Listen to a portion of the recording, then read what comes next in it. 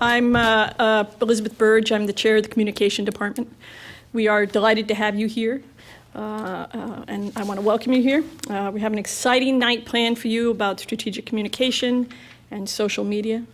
But I have a few housekeeping details. First, I'd like to ask you if you would turn off your cell phones or if you would put them on vibrate. It's something we tell our students. We put it in our syllabi. Not that we want you to be our students, so I'll just put that out there now.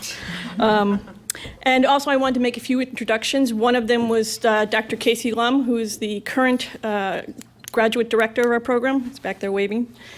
Next year, we'll have two new co-directors of the program, Dr. Pixie Ferris on the end, and sitting next to her, Professor Lorra Brown, who's known to many of you, and loved, so on and so forth. We're excited to have you here. I don't want to spend too much time talking because you've not come to listen to me, you've come to listen to our experts here. But I do hope that you enjoy the evening, and if you have any questions afterwards, by all means, let us know and we'll be happy to answer them. Thank you. Okay, so I'm Pixie Ferris, and I'm going to be moderating, and just so you know, we'd like the panelists to talk collectively for less than half an hour, so we have time for interaction with you. That's why you're here today, yes? So each panelist gets 5 minutes, and if you see me rudely standing up and interrupting, it's because they've been warned, they have a stopwatch, they have an alarm, and if they still don't stop, well then I stop them.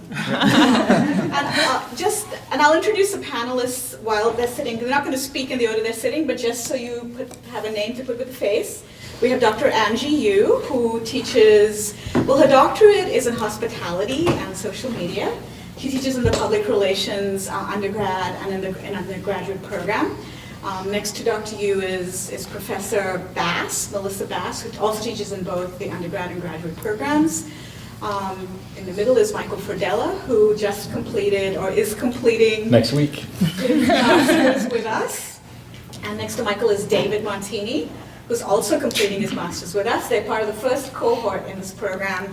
And at this end is Professor Lorra Brown, who is in charge of our undergraduate PR program and is now directing the graduate program. And just to round things off, in the back, our faculty you might meet, get to know better if you're in our program. We have you've met Professor Burge. Next to Professor Burge is Professor McLaughlin-Vignier, who's a media professor. And next to her, the latest addition to our department, Professor Pappalardo, who will be teaching also media.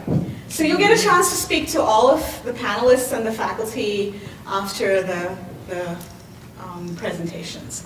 So, starting off with Professor Yoo. Okay, thank you, Pixie. Okay, welcome everyone. Thank you for coming. As Professor Dr. Ferris just introduced, I'm Angie Yoo. I'm the assistant professor in communication. I have very limited presentation time today, so I'll briefly discuss how professional communication has been changed, and it is changing, and what is the changing role of professional communicators today. Okay, as all we know, marketers doing marketing, right? Marketers make a call and send promotional mails and a bunch of emails and spend thousands and millions of dollars for advertisement. But let's think about what consumers doing.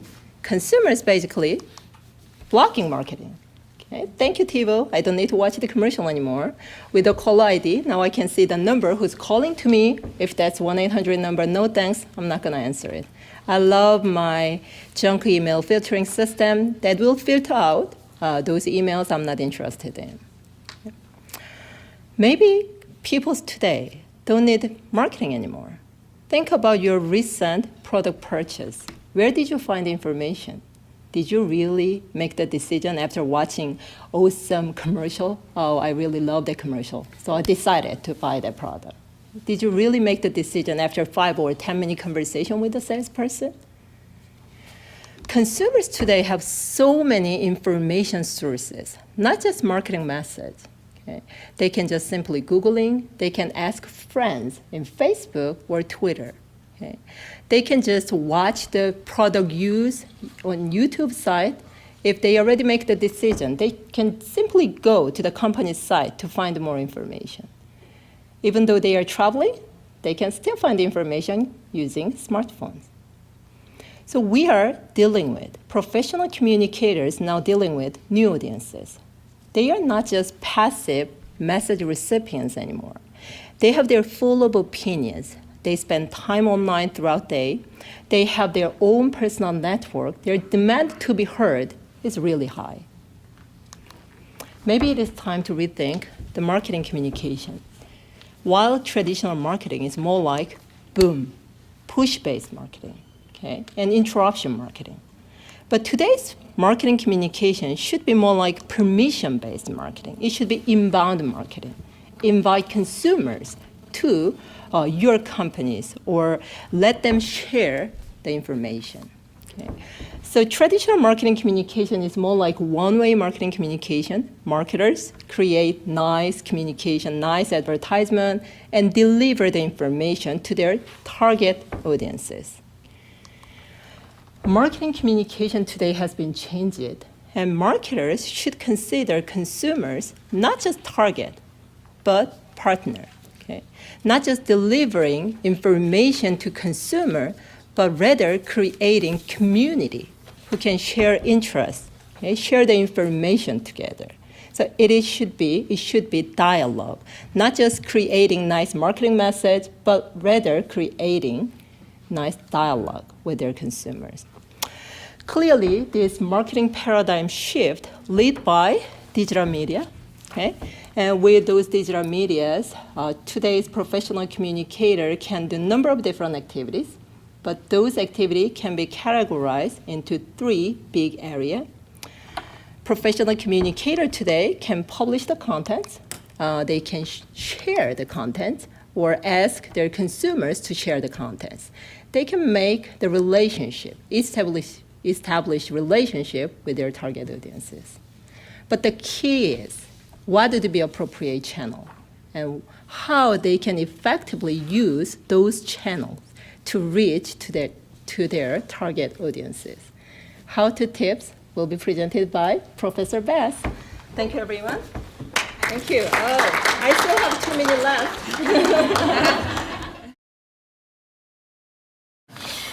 So I'm Professor Bass. I teach here in the graduate program, teach digital media writing. Actually, Mike here on the panel was in my pilot class this past semester, so hopefully he'll have nice things to say about me. But in my day job, I am a digital media strategist at Wyndham Worldwide, which is a global hospitality company. And I have been with 3 very large companies in the pilot of all of their social media, starting of all their social media. So I worked with Sony back in 2008 when social media was really starting to bubble up.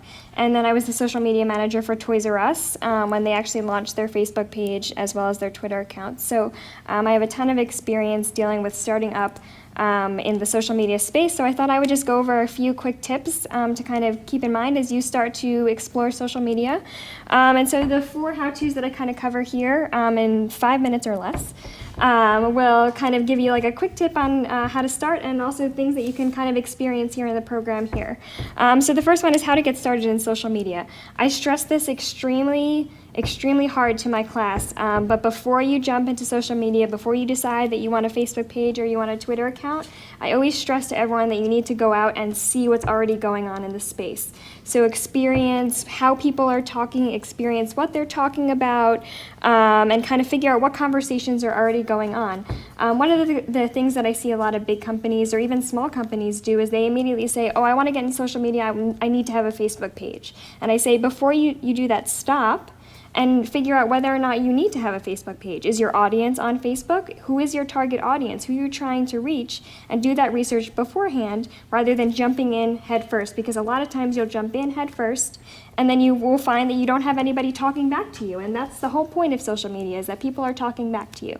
So again, do your research first. And second, especially if you work for a big company, come up with some sort of governance. Figure out who's going to be managing your social media and what other partners you can have across the company or the small business that you work on to partner with you to engage in your social media channels. The second one is, how do you manage those social media channels? So whether you have 5 fans or you have 5 million fans of whatever channel you choose, it's always challenging to find the right content, find the right voice, find the right responses to all of those channels. And so, again, before you even jump in, right, so now you've done your research, before you even jump in, you need to kind of start thinking about how you're going to conversate and how you're going to create that content. Because social media is all about content. It's about content sharing, it's about people reading content, it's about people engaging with content. And by content, I don't just mean articles or written word. It could be pictures, it could be videos, it could be sound, it could be any type of content that you can imagine. So you really need to understand the content that you're, as a brand or a company or a person, you're trying to convey in your social media channels, as well as understanding that different channels have different types of content. So just making sure that you understand that. The next step is measuring success. So now that you've actually gone out into social media, you've created your content, you've picked your channels, you understand how to conversate with your consumers, you need to figure out whether or not you're being successful. So does it mean, do you have 50 likes? Does it mean that you have 100 comments? Does it mean that people are sharing your content? Figuring out how to measure that will help you shape your strategy, and it'll help you shape your plan when you're coming up with long-term strategies and long-term plans for social media. And if you think that's all crazy, you're right. It's a lot of work, and you need to keep up. So my last how-to is how to keep up. And the first way to keep up is being in a place like this, being in a graduate program where you have really great resources to help you and engage with you and teach you all the new trends. And so that's the first step. The second step is reading, getting online, reading the blogs. I have a great list of blogs that I'd be happy to share with the group that I read on a daily basis. But get out there, engage, and do your research. And I think that's really it.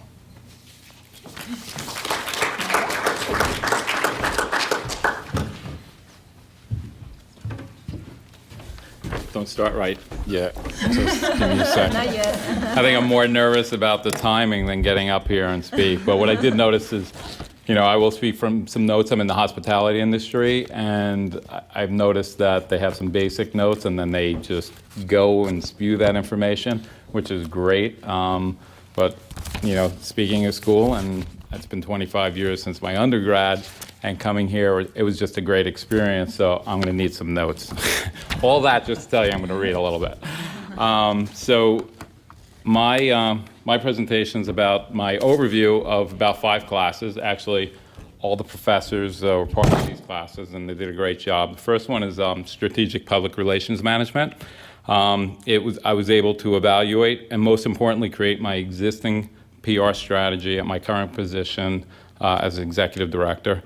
It helped me hone in on planning, defining, and budgeting. Most importantly, I think when you look as a whole in your, if you are currently working, and if you're in an executive role, I think it's somewhat overwhelming to do your job and then to do all that information, to handle all that information. The outcome of the class, which was taught by Professor Brown, I was able to immediately design a template at work and implement, and it I was able to cut through that all that minutia that stands in the way of a job. Second is the organizational communication, which was taught by Dr. Ferris. I'm sorry. So I was able to analyze the current structure of an organization, and I never realized how important it is to really look at your organization and be able to, identify the various types of structures. So it was definitely something that helped me in my current role. Another class was Technology Integrated Communications by Dr. Yoo, and I was able to understand the various social media tools which benefited, optimization. The next class is Writing for Digital Media, which was taught by Professor Bass. The interesting thing about this was first day class said there was no textbook. I was like, yes, that was awesome. But then I realized that she was creating it day by day, and I asked, why isn't there a textbook? And she said if there was one printed, By the time it came out, it was probably outdated already. So that's how fast this information comes out. And also I tell you that Professor Bass, and she, she works in the industry. She was able to, I learned more in that class about, writing in the web, and was able to even assist my search engine optimization for my website at the club that I operate. It's talking about, keywords, and gave me a lot of different tools to implement. Web creation, which I'm currently in progress, it's just a lot of fun. It really is. Just to take HTML code and then convert it and realize that you're actually making a website with images and pictures. And although mine is not the nicest one in class, I will tell you Dave has a great one going. It's just a lot of fun. It really, I'm enjoying it. I wish it was in a regular semester, because it's really great.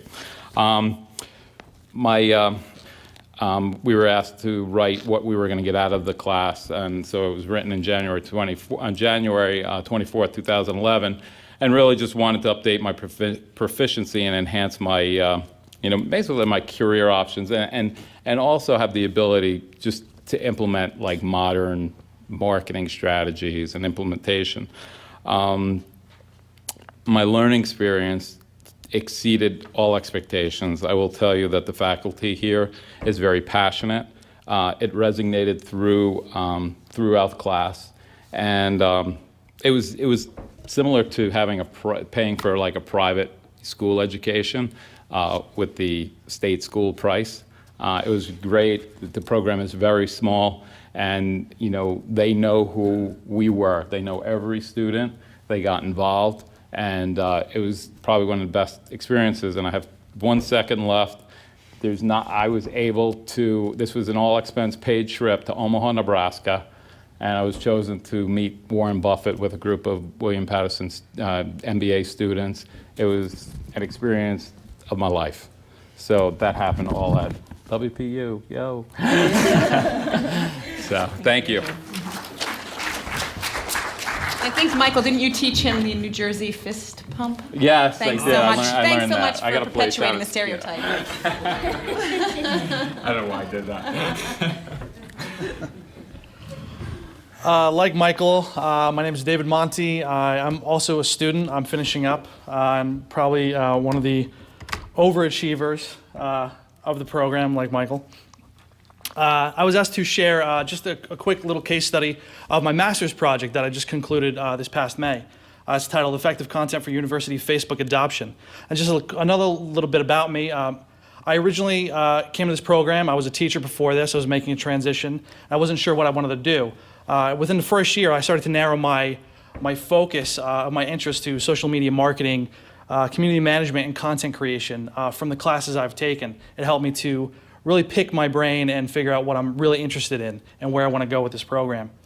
That being said, for my master's project, I decided that I wanted to do something very hands-on. So I approached the marketing and PR department for our university, who was more than happy to help a student out and give me some real hands-on experience, especially when it came down to my research and my analyses for my project.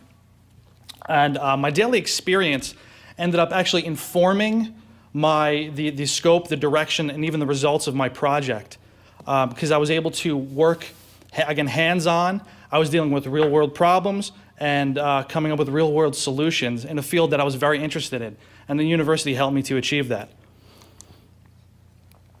So for my project, social media, I wanted to focus on Facebook. One of the big things that is happening across this country, universities are adopting Facebook ad nauseum. Everyone's on Facebook right now. Everyone's on social media.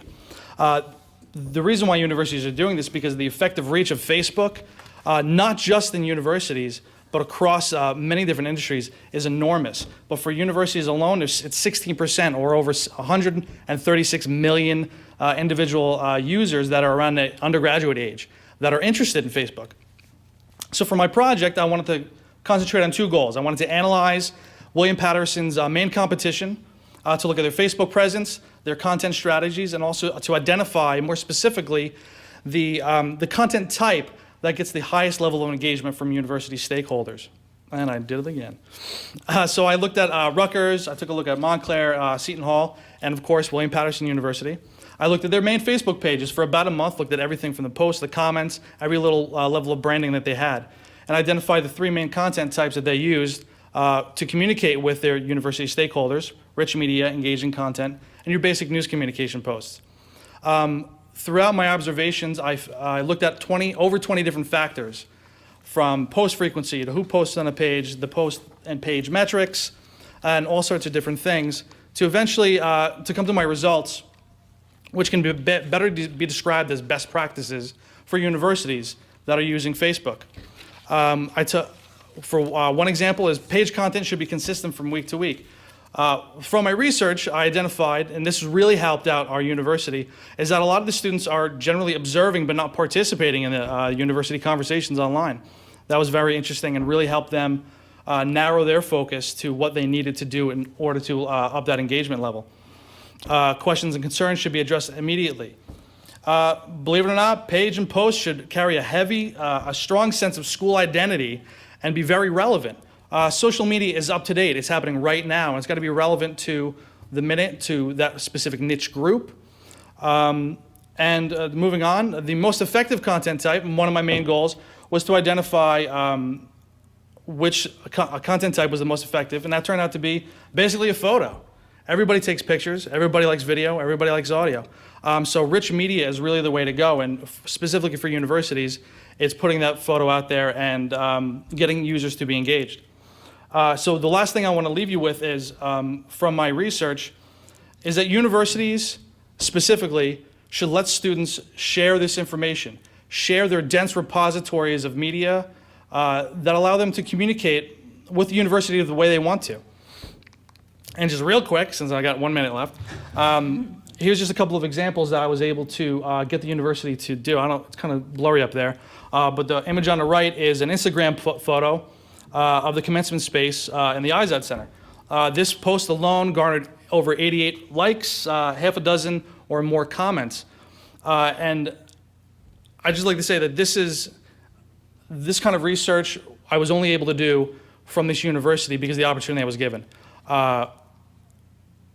Yes, and that's all the time I have. Thank you.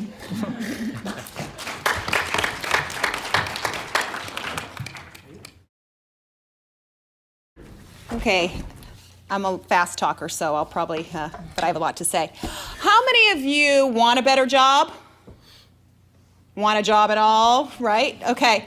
One of the things that I certainly help in this program, we help you do, is really take charge of your own professional destiny. And I can tell you from my personal experience and from many of my former colleagues in the agency world, I used to work in marketing and PR before I switched to higher ed, most of the really good jobs, they're not advertised at all. You need to find them or create them. I have many examples of friends, former students, et cetera, who created their own job in their career by identifying a company they wanted to work for, creating a compelling reason and business need why that they should work for them, and went from there. But the biggest way is really to build your network. It's not really who you know, it's how you cultivate people and get to know them.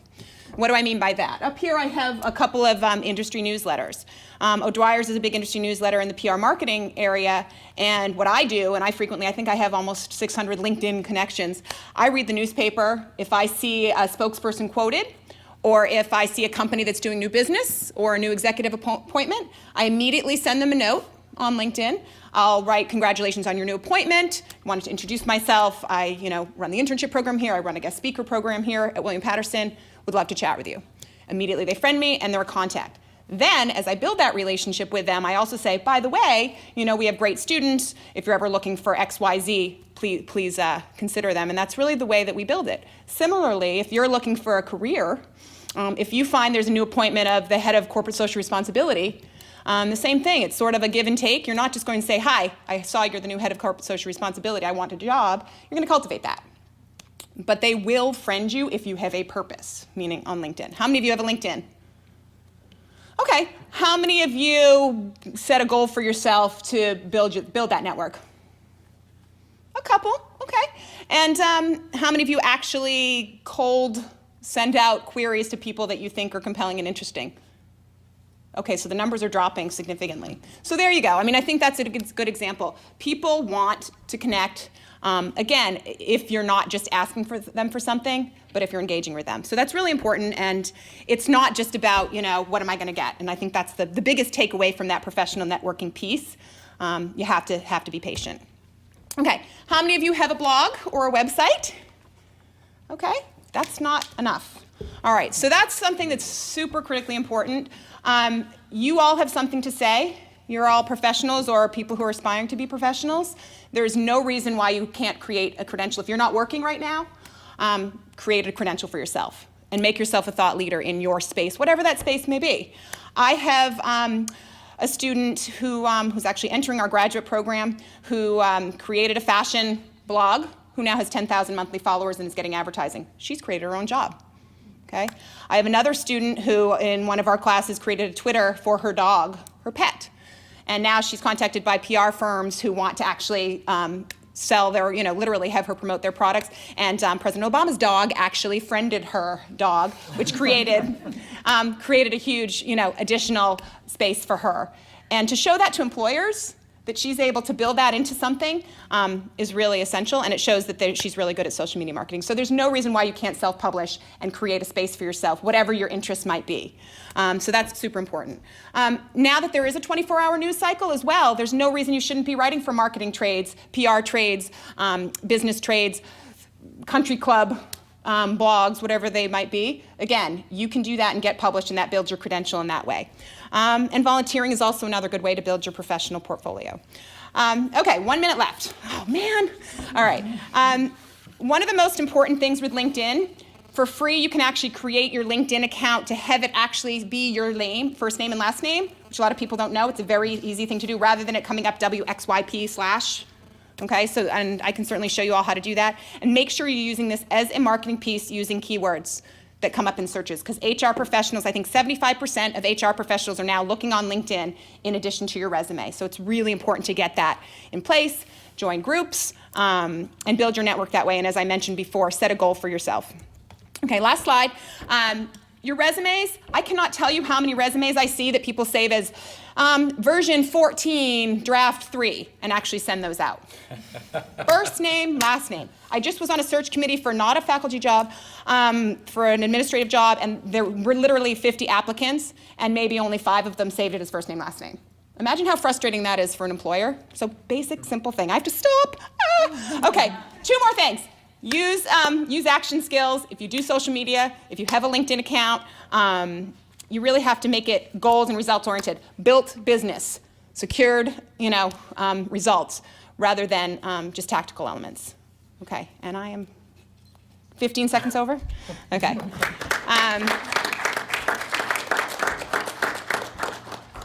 Which doesn't mean it's over. That's right. You get to pick up on anything you like and ask specific questions of our presenters. We have a microphone so they can hear you. Who wants to go first? Okay, just give us your name. My name is Corey. So I want to speak to Melissa. When you're using different platforms, so if you're using Twitter, Facebook, LinkedIn, how do you utilize the platform to the best of its abilities? Like what do you prefer? If you're talking about Twitter, you're probably just writing copywriting, but if you're on Facebook, people believe in maybe posting pictures more. So which one is more, which content is, I guess, more valuable on each platform? Yeah, it's a very interesting question, and it comes up a lot in the business world. And my answer to that question is it depends on what your goal is. So whatever your goal is, there's a platform for that particular goal. If your goal is networking, LinkedIn and Twitter are always good channels. If your goal is content sharing, Facebook and Twitter are good channels, but really it depends on what your goal is. And understanding those platforms will really help you refine your goals and determine what channel you're going to pick. Do you want to add to that, Professor Brown?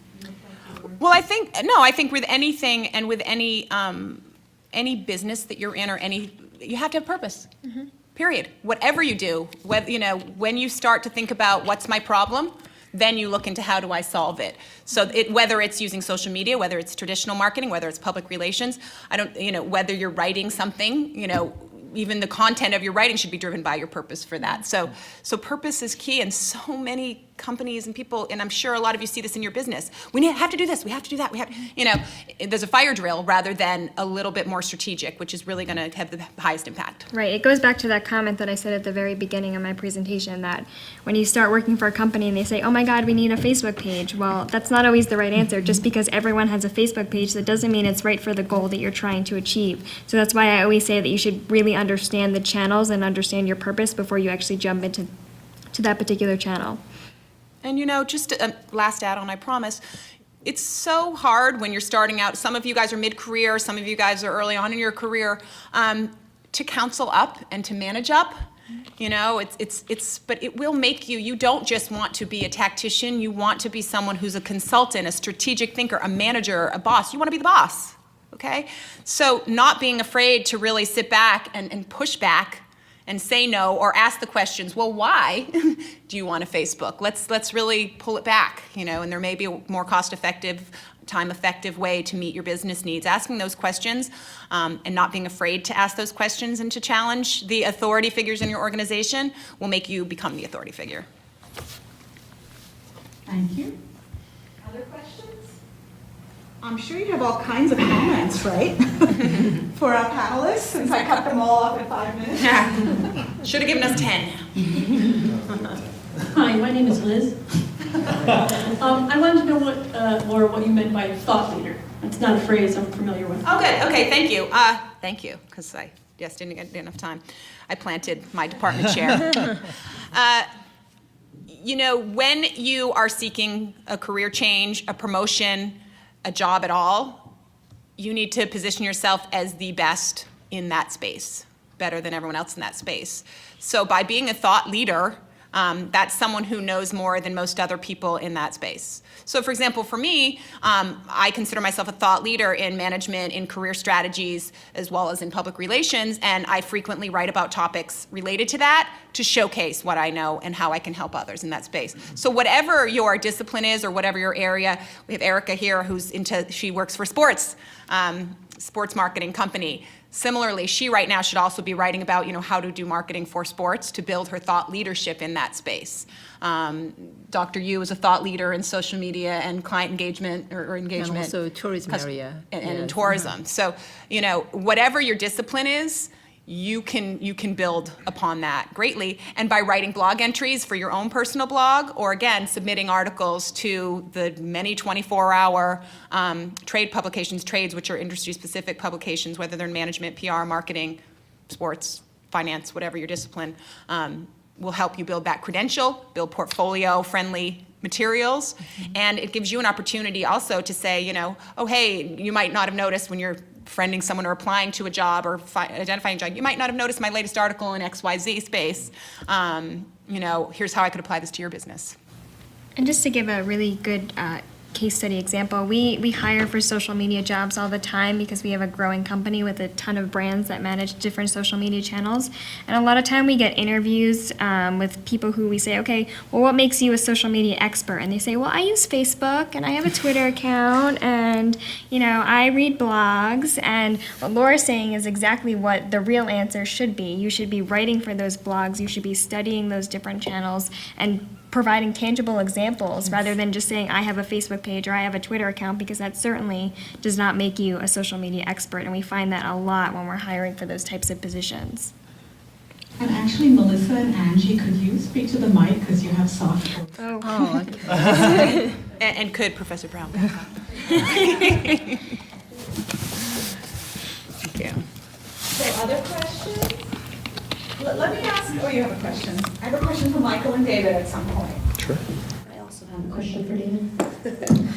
When you said you were researching our William Paterson Facebook page versus the competitors, did you find any commonalities across all the pages on which type of media work at best? To be honest, none of the pages had, none of them had anything over the other. They're all pretty even. Again, my findings suggested that what the best content for universities is what I was looking at, is either a video or a photo. I found Seton Hall used a lot of videos to push, like they're the Pirates, so like Go Pirates. They had a basketball game, so they used that effectively, and that worked for them.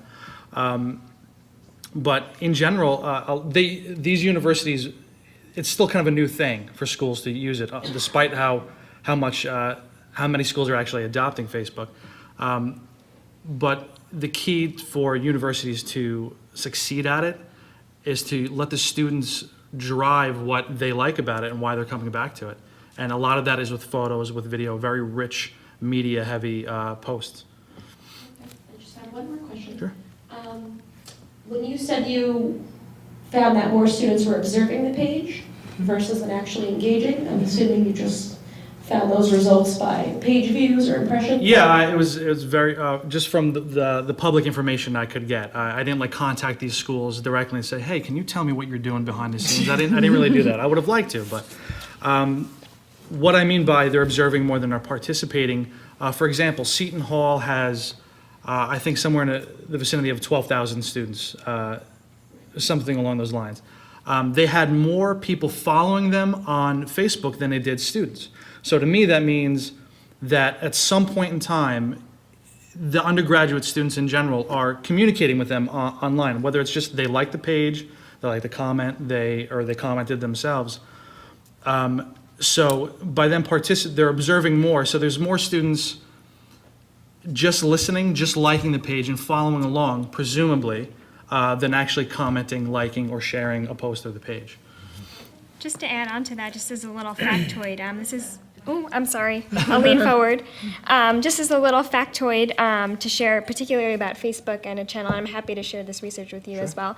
Facebook actually manages their newsfeed and their content updates as a science. So there's actually a formula behind how you see and interact with media. So your observations are actually 100% correct. The more rich media content that you share in the newsfeed, the more your students are interacting with those types of pages, and the more you interact with, the more likely the people that your fans and your followers are going to see your newsfeed. So the universities and the brands that you saw that had a high fan count but low interaction means that they're not sharing the right kind of content, and the less you interact with a Facebook page, the less likely you're going to see it in the newsfeed. So there is a little bit of science, and your research actually showed it. So that was a great job for you. Thank you. Yes, I read an article this morning actually describing exactly that. Yeah, it's actually called the Facebook Edge Rank. I'm happy to share information about it. It's an actual mathematical formula.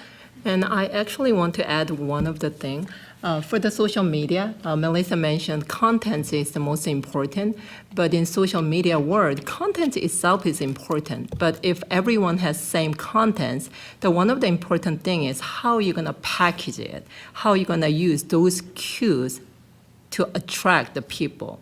And as David found out, he said photos actually engage more people. And that means, although it is exactly same contents, if you're gonna use the photos, that will attract more people, and more people participated in conversation. And I'm actually doing the research, and I recently did research with the travel reviews, and I tested if it is exactly same content, depends on the source, if there's any differences. And my results suggest that if the source is different, people's perception of the credibility is significantly different. Okay? So those findings clearly indicate the content itself definitely important. But if everybody has the same content, the important thing is how you can well package it, how you're going to position the content in social media area. Okay. I'll bring you the mic so we can hear you. Thank you. Talking about blogging and creating yourself as an expert in a field of something, if in addition to your PR or marketing and communication skills, you have a hobby and you'd like to establish yourself as an expert in that, what guidelines do you give? Because once again, employers, like you said, are looking at your LinkedIn pages, are looking at Facebook pages, they're looking at all of these things before you ever get a call. So I was just curious about that. Again, it starts with purpose. What do you want to accomplish by that blog? Do you want to, make that become a revenue stream? That's one. Then you would create content in that regard. Do you want that to just show that you are a strong writer? And that's another area. Do you want to switch discipline areas in your PR marketing career? That might be a reason to change the topic. But again, the topic doesn't matter as much as your ability to create it as a vehicle to have something to say. So I think that's important. So I think if you can show that if you like crafting, I don't know, and you build a craft blog and you actually do a marketing plan against that blog to actually get people to engage with it, to follow it, to then want to advertise on it, that will certainly show your abilities not only as a writer, as a crafter, and as a marketer. So again, it's purpose-driven. What do you want to accomplish? You create a plan for that just like anything else. Or is it just to get hired somewhere? Then you'd probably tweak your focus in your topical area.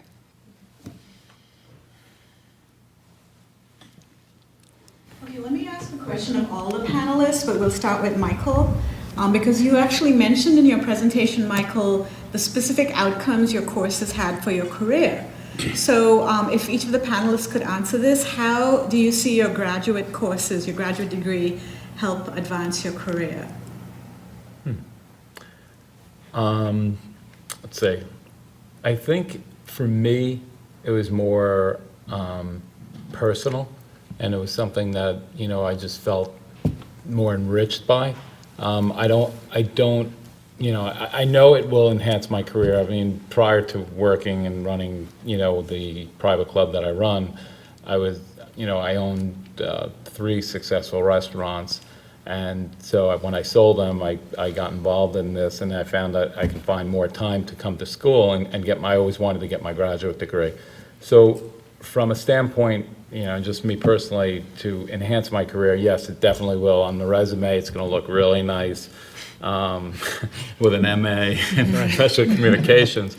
But it was more, for me and my enhancement of education. And so I don't know if I answered your question, but it was more personal rather than occupational.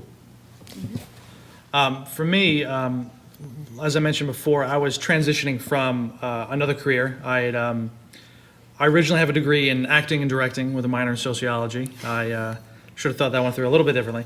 And so I was teaching for a while. I thought, what am I going to do with my theater degree? I want to teach. Okay, I'd like to teach theater. Around 2008, the market for that kind of bottomed out around here. So I was left thinking, okay, I like to write, I like to communicate with people. Where can I take that to? And it just so happens that William Paterson had this brand new program open up with, generally professional communications. So I was like, oh, what's that about? What can I do? And I actually talked to Professor Brown this summer before I applied. And she told me that there was a lot of opportunity to kind of make it what I want it to be, whether it's marketing, whether it's public relations, whether it's business and writing, anything you want it to be. So my goal for my first year was to attack my classes and get out of it what I want, what I was interested in, and ultimately it's definitely helped me to narrow my focus, which helps me to narrow what kind of pool of employers I want to approach, to apply to, and hopefully that will really jumpstart my career, as I'm just getting done now, so I can't really tell you much more. I'm not there yet. But yeah, I hope that answered your question. One of the things for David, I think that's so interesting, because he did want to completely switch careers, is it also gave him access to his practicum and to a position to build his resume. So to his HIP event work as well as his work with the marketing department, those are absolutely credible resume entries now to show that he actually has expertise in that space beyond teaching.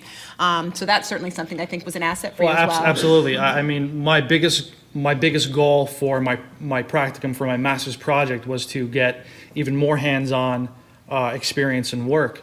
And one of the biggest things to come out of that was certainly an opportunity to identify and promote my competency within social media marketing, not only for myself, but for my future employers.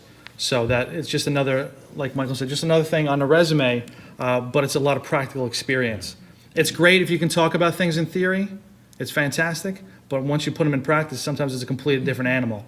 So my goal in conjunction with this program was totally to get involved in the field, since I was changing careers entirely. I think that's the best point to make, so thank you for saying that. We did extensive research, and we hired, in addition to all of our research about emerging industries and about where the jobs are going in the next 5, 10, 15, 20 years. That helped us design our curriculum. We also had both scholars and corporate executives review all of our curriculum and our program and the direction we were going and give us feedback on it before we launched it. And then the biggest thing we also looked at is to make sure it was customizable based on the classes you took within the program to really help you fill out and immediately apply.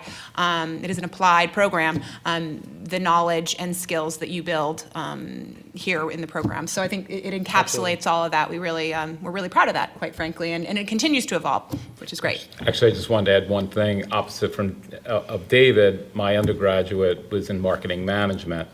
I graduated in 1987.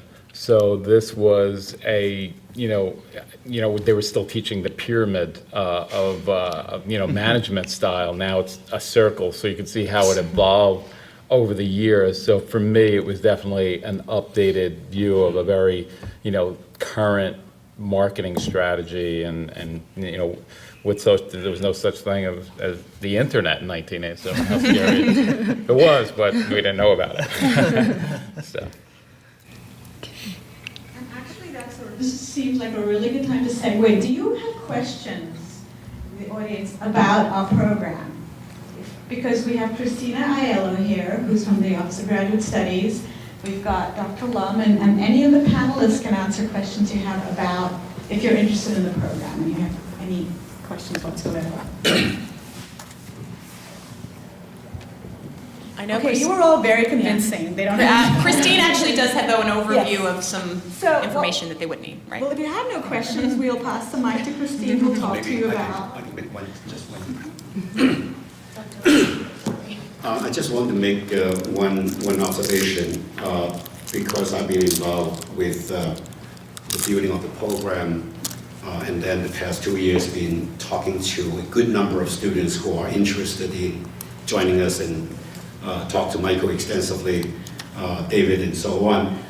One trend that I see in the past 2 years is that we have received an increasing number of inquiry from mid-career professionals who want to change career and then who wants to, or like Michael, that you come from a marketing communication or marketing background, have been in the professional field and being an executive, but want to sharpen your tool or maybe for personal fulfillment purpose and so on and so forth. So what I'm trying to say or emphasize in a nutshell is that when you come to the program, you will actually be with peers who are in the field, really working. So in addition to acquiring expertise and skill set from the coursework, from the practicum, from the research and so on and so forth, it really is a very good forum for you to build personal network in the professional field. We have executive director of private clubs. We have vice president for PR and marketing from national bank, and so on and so forth. And I do see that in the past 2 years, and more mid-career professional joining us. So I think that's a very important aspect about the program. Yeah, and in the program, we also allow you to have access to courses outside of the professional communication. So if you really are interested in taking a management course in the marketing department, or a magazine writing in the English department, or we do have very collaborative relationships across campus, and that's what I think Michael is referring to as far as you can take 2 classes outside of our core program, if that interests you. Again, we really work with you to talk to you about your goals. And that's something that I think is sort of a good segue, I guess, to the overview of the program, which I'll be really brief.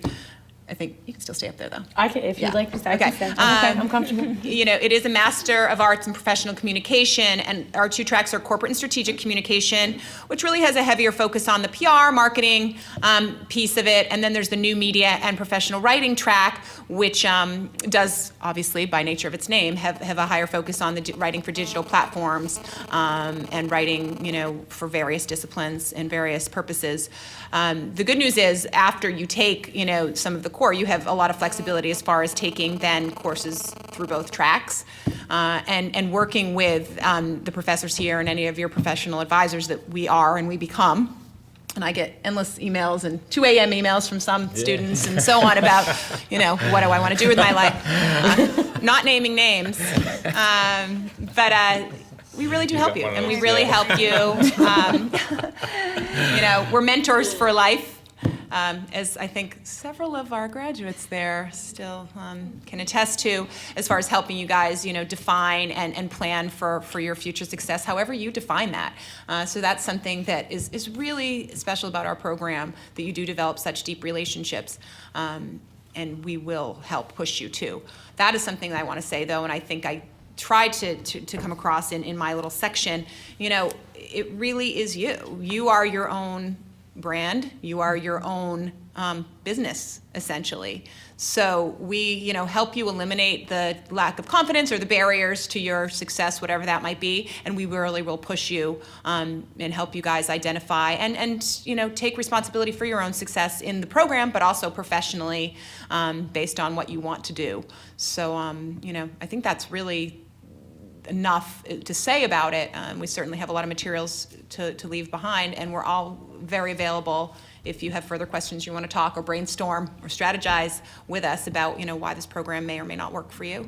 So, and one really important thing, we've actually extended the deadline for graduate assistantships. We have one more slot available for a fall graduate assistantship.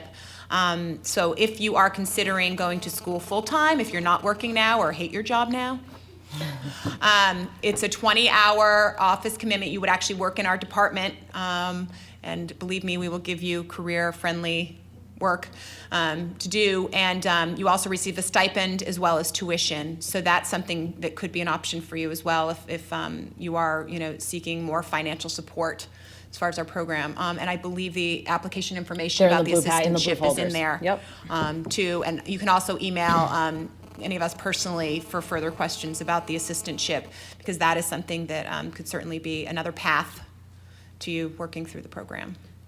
And you can actually add in your resume later on. Yeah, oh, absolutely, yeah. You'll be working alongside us for doing marketing-related PR work, writing, et cetera.